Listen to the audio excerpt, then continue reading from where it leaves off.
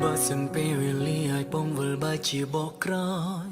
បងមិនបន់ដោយឲ្យកាត់ឡើងទេហេតុវិចិត្តទៅស្នេហ៍មានមេទាំងមិនដឹងថាខ្លួនឯងគិនអ្វី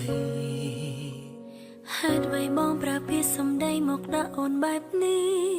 ក្រែងអូនធ្វើគ្រប់យ៉ាងដើម្បីថ្លៃព្យាយាមយកចិត្តបងរាល់ថ្ងៃហើយផលព្រោះចង់ឲ្យមានថ្ងៃនេះបងសុំទោសដែលលះបង់អូនរៀងរាល់ថ្ងៃហេតុផលនោះក៏ព្រោះខ្លាចស្រីខូចចិត្តហើយថ្ងៃនេះបងចង់ប្រាប់អូនពីការពិតមានអ្វីវមិតអូនត្រៀមចិត្តសម្រាប់តទួលតើរូបអូនស្អប់បងដែរទេបើសិនបងមានគេហើយតាក់ទងនឹងអូនបងដឹងខ្លួនខំមិនហាមបេះដូងទំវើល្អអូនធ្វើឲ្យបងហាមចិត្តខ្លួនឯងមិនបានហេតុអ្វីបងទៅតែនិយាយអូនជាអ្នកទី3ជ្រៀតជ្រែកស្នេហ៍ក៏យ៉ាងមិនចង់ឲ្យខំអូននឹងដល់ប្រើអរគុណវេលាទាំងប៉ុន្មានធ្លាប់ផ្ដល់ក្តីសុខឲ្យគ្នា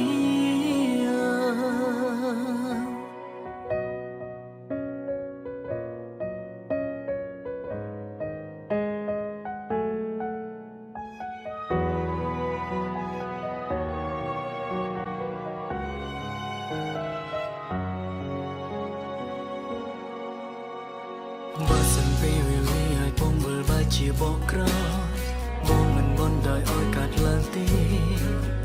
ហេតុវិចិត្តទៅស្នេហ៍មាននេះទាំងមិនដឹងថាខ្លួនឯងគិនអ្វីហេតុអ្វីបងប្រើពាក្យសម្ដីមកដាក់អូនបែបនេះក្រែងអូនធ្វើគ្រប់យ៉ាងដើម្បីថ្លៃ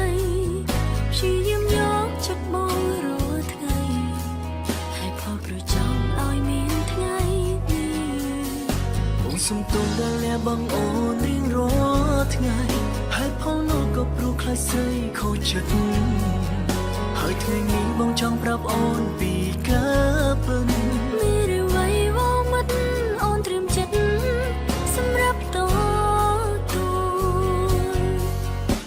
តើរូបអូនស្អប់បងដែរទេបើសិនបងមានគេហើយតាក់ទងនឹងអូនបងដឹងខ្លួនខំមិនហាមបេះដូងទំវើល្អអូនធ្វើឲ្យបងហាមចិត្តខ្លួនឯងមិនបានហេតុអ្វីបងទៅតែនិយាយអូនជាអ្នកទី3ជ្រៀតជ្រែកស្នេហ៍ក៏យ៉ាងមិនចង់ឲ្យខំអូននឹងដល់ប្រើអរគុណវេលាទាំងប៉ុន្មានធ្លាប់ផ្ដល់ក្តីសុខឲ្យគ្នាតើរូបអូនស្អប់បងដែរទេបើសិនបងមានគេហើយតាក់ទងនឹងអូនបងដឹងខ្លួនខំមិនហាមបេះដូងទំវើល្អអូនធ្វើឲ្យបងហាមចិត្តខ្លួនឯងមិនបានហេតុអ្វីបងទៅតែនិយាយអូនជាអ្នកទី3ជ្រៀតជ្រែកស្នេហ៍ក៏យ៉ាងមិនចង់ឲ្យខំអូននឹងដល់ប្រើអរគុណវេលាទាំងប៉ុន្មានធ្លាប់ផ្ដល់ក្តីសុខឲ្យគ្នាអរគុណវេលាទាំងប៉ុន្មានធ្លាប់ផ្ដល់ក្តីសុខឲ្យគ្នា